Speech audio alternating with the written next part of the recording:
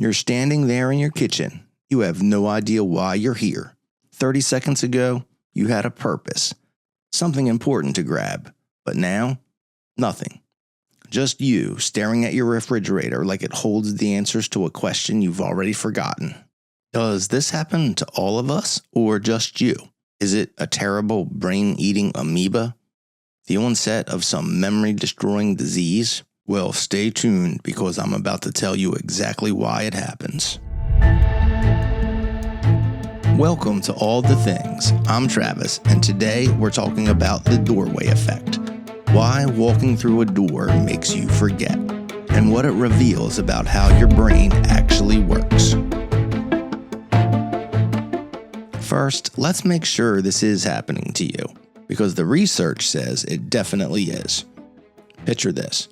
You're in your bedroom. You need your phone charger. You know you need your phone charger. You walk into the living room. What were you doing here again? Scientists call this the location updating effect, but everyone else just calls it infuriating. Researchers at the University of Notre Dame literally tested this. They had people walk around in virtual reality, memorizing objects. Then they tracked what happened to their memory. And doors, simple doorways, cause people to forget what they were looking for significantly more than just walking the same distance in any single room. The door itself is erasing your memory. But why? Well, it turns out your brain treats your life like it's a TV show, and every doorway is a scene change. Here's what's happening in your head. Your brain is not a video camera. It's not recording everything continuously. If you watch our video on change blindness, we talk about this in greater detail.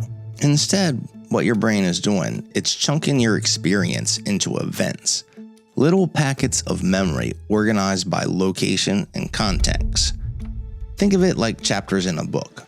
Your brain writes chapter 12, things happening in the bedroom. Then you walk through the door and your brain goes, okay, next chapter, chapter 13, kitchen stuff. This is called event segmentation, and it's actually incredibly useful. Your brain is trying to be efficient.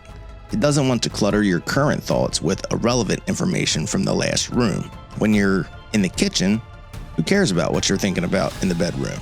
Well, you do when you were just thinking I need my phone charger, but your brain has already filed that thought away. It's in the last chapter, old news. Your working memory just got an update, and sometimes those old files get overwritten. Now here's where it gets really interesting, because this isn't just about doorways. This is about how your entire reality is constructed.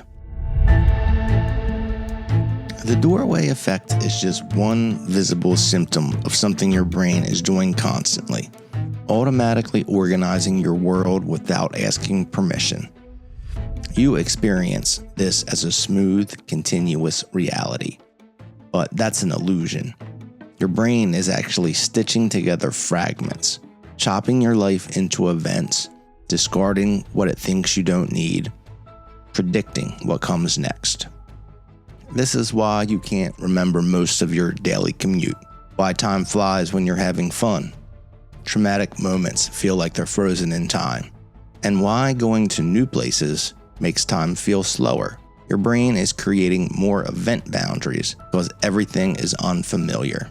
You're not experiencing reality. You're experiencing your brain's edited version of reality. And most times, you're not even aware the editing is happening. So what do you do with this information? Well, you can relax because it's not a brain-eating amoeba. It's not the onset of some terrible disease. When you walk into a room and you forget why, you're not losing your mind. You're experiencing the natural consequence of having a brain optimized for efficiency over perfect recall. Second, hack the system. If you need to remember something when you move to a new location, say it out loud as you walk through the door. Getting my charger, getting my charger. Sounds silly, but you're forcing your brain to carry that thought across the event boundary. Or, and this is what I do, I just walk back through the doorway. Retracing your steps literally brings back the previous chapter, and all the memories flood back immediately. Your brain is running on autopilot, organizing reality behind the scenes, making thousands of decisions about what you need to remember and what you can forget. And most of the time, it gets it right. But sometimes, you just end up standing in your kitchen wondering why the heck you're there. If you think this was interesting, check out the video on change blindness and see if you can find the relation between the two. If you found this interesting, we upload something like this every week. Maybe subscribe and check out the next one. We hope to see you there.